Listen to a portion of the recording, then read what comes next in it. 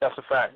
Another thing I want to mention that keep coming up. Let's talk about Dr. Malachi York for a second, because that came up in my mind this week. Been seeing it online.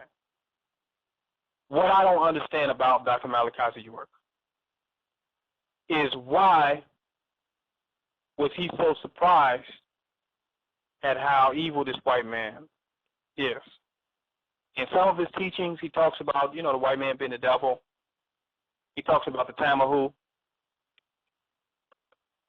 He talks about the Yaqub story. In some of his information, he speaks highly of the Honorable Elijah Muhammad. I've read a lot of Dr. York's information personally.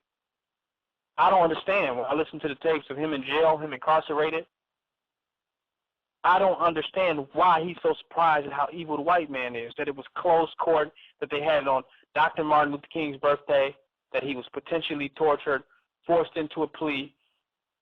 I'm shocked that he's so surprised, and what bothers me is that he stopped teaching his people when he got into the UFO and the extraterrestrial information. He stopped teaching his people on how evil the goddamn white man was and how evil the system of white supremacy was. He let off of that. When he was in New York, Answer Allah, he knew what time it was. It was a stronger vibe and energy of black nationalism. When he got off on the UFO Native American thing, white people started getting in a little bit. White Nubians. Nubians of different ethnicities and nationalities started to come in. No disrespect to the Nubians, but I'm just showing you why we have to stay focused on who our enemy is. We cannot get so deep. We cannot get so spiritual, so spiritually high, that we forget who our enemy is. We can't get so deep off into gardening. We can't get so deep off into land. We can't get so deep off into spirituality. We can't get so deep off into economics. We can't get so deep off into anything that for 1 second would make us forget who our enemy is. Because if we do, that will be the biggest mistake that we will have made of any mistakes that we made. So with the Dr. York thing, if we can learn anything from that our people must continue to know that the white man is the devil and that the institutions of white supremacy, all of them are evil. That's my message to the Nubians. All the institutions of white supremacy are evil. Dr. Malachi York said in the Family Guide book, he was telling people that they could join the FBI and join the military and join to be among, white people, their institutions. And he tried to make himself look that he was anti the white man's institutions, maybe because he didn't want to look like a terrorist or whatever. He kind of cleaned up his teachings a little bit, if you ask me, and made them more palatable. But that did not stop him becoming a reverend of the Holy Church of Christ, and trying to push himself as an ordained minister. That didn't save him from the white man hating him for being a black God incarnated. They hated him for that. He could not escape that by being a Christian, looking like a Christian, putting on cowboy boots, looking Native American. Look what they did to the Native Americans. Claiming you're Native American or Moorish sovereignty is not going to get this crack off your ass. You saw the cracker down, the Moor down there in Ferguson standing in front of the police. It didn't mean a goddamn thing. They don't care about you and your nationality. Yes, you can care about you and your nationality by having a nation and having security with your nation against all enemies, foreign and domestic. Yeah, you can care about your nationality and have your nation and your nationality, but to expect the white man to do it, it's not going to happen.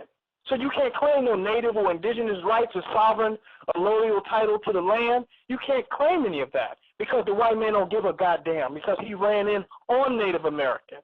He stole it from them. So you think now you're going to be them and claim it? Yes, we were the original Native Americans and all this land of ours, and we were the Moors and this land is ours. Of course.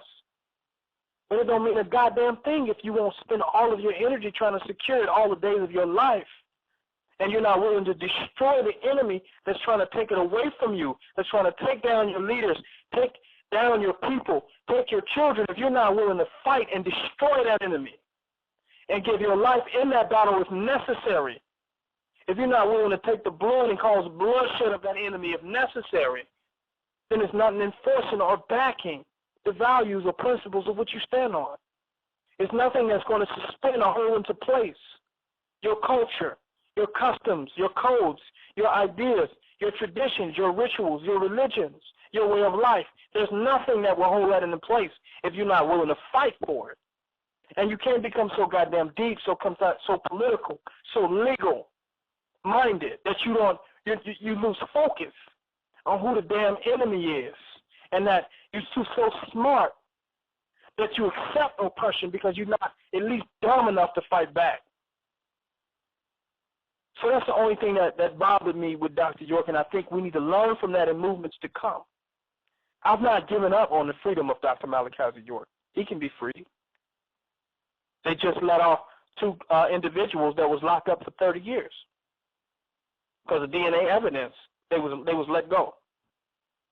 The DNA evidence came back, and they had to let these men out of jail. They were found to be innocent for being in there for 30 years. He can get out.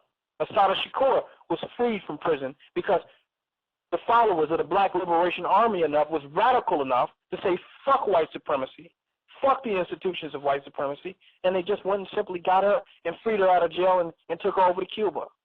Dr. Malachi York can be free. If people really want to free him and stop believing in white supremacy, believing that the white man is going to have a change of heart, the devil will never change his heart. He's been evil for the last 400 years, and he will continue to be evil. Don't believe in that. Stop giving up on the white man doing something different. He's not. We're going to have to become radical enough to confront the reality of how evil this white man is and stay in that confrontation. And it's going to be warfare. It's going to be war, unavoidable. And that's what we should be preparing for and building for. And you can't escape that because nothing else is going to survive. Your culture, none of that. They're going to tear down your pyramids. They did it in old Egypt, and they tore it down in the new Egypt, in Atlanta, in Tamaray. Both Egypt. Shot the Sphinx off the nose. Greeks take over Egypt. Now the pale Arab is over there like it's his land, practicing racism against black people in Egypt, against melanated people in Egypt. And look what happened in New Egypt, in Georgia. When are we going to learn that we must fight? We must be in battle. We must be in security mode. We should not let down our guards. That's a fact. No UFO is going to come save us. We have to fight as men and stand up for what we believe in. We have to. And we have to learn that. The Nuwaubians have to learn that. And as we totally internalize that, as Nuwaubians internalize that, then they'll free Dr. Malachi York by any means necessary. And I don't say that with any regrets. I'll make that as a clear statement. It's going to take a revolution to free our political prisoners. Jamil Al-Amin, the MOVE members, Mumia. It's going to take a revolution to do that. We're not going to do that lost in fucking space. We're not going to do that focused on the nutritional value inside of a goddamn apple. We're not going to do it. Yes, we need to focus on our health and focus on all areas of our well-beingness, but we're not putting enough emphasis on the fight and on recognizing who our enemy is and staying focused on that, because if we don't, we become enemies of one another. We become enemies of one another. And that's what you see. You got all those black devils that put their energy into bringing down black leaders. All those damn black devils is uneducated and ignorant people who have forgotten and lost focus on who the real enemy is. There's nothing that you could accuse Dr. Malachi York for. No allegation. We know to be the fact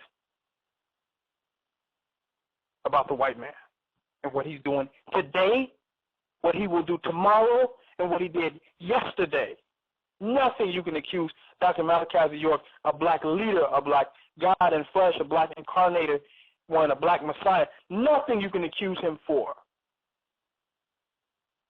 It's paramount to what this white man is doing. That's a fact. But when we lose focus on who our enemy is, we become black devils to each other. And that's by design. And I lead that on in to say that why we need to put so much energy into when white people kill black people in the community, white police officers shoot down black people, or the institutions of white supremacy shoot black people, and not put the same emphasis on black crime in Chicago. It's no accident. I think that black on black crime in Chicago doesn't need the same emphasis as white cops killing black youth, or the institutions of white supremacy, or black cops under the auspices of the institutions of white supremacy shooting black children down the street needs more focus than black on black crime in Chicago. Why do I say that? Because the reason black people are killing each other in Chicago is because they don't know who the enemy is. The enemy has paraded himself as being a good guy and to be innocent, spotless, holy, pure, to be Chicago's finest. The enemy parades himself as that, so we can't see him. And the time that we need to spend overthrowing and dismantling his regime, we spend that time bickering and fighting over each other, being petty and arguing over territory and money and scraps that come off the table of United States imperialism in the form of police states. We're so busy fighting over that. Jealousy and envy over who got the most scraps and material in our own community and who could sell the most poison to one another that's being brought into the community by the enemy. And we're all working for him because every dealer ends up in jail, but the game still goes on, and the white man continues to make money off the game. So he's a real enemy. But we don't see him. We don't see the longevity of him. We don't see his enduring position. We just see the nigga we want to come up greater than. So we don't know who our enemy is, so we end up killing each other because it's misdirected, misguided frustration, confusion.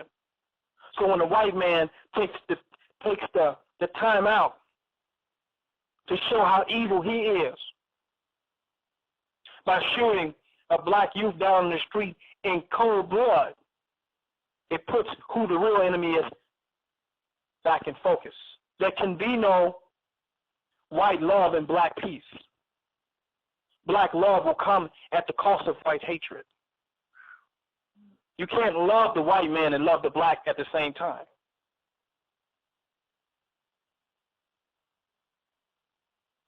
You can't do them both. Black love is the hatred of your oppressor. Black love is the hatred of the white man, whether you want to admit it or not. You go on loving the white man, you allow him to continue to do evil and wickedness to your people. You hate the white man, you'll see black nationalism raise up overnight. You want to end black on black crime? Start black on white hatred. And we'll unify together and take the bullets that we will put in our own heads, and we will put them in the head of some goddamn devil who's been orchestrating, maintaining, capitalizing, and grandizing himself off black death. So yes, when white people shoot down black youth cold-blooded in the streets, it deserves way more attention.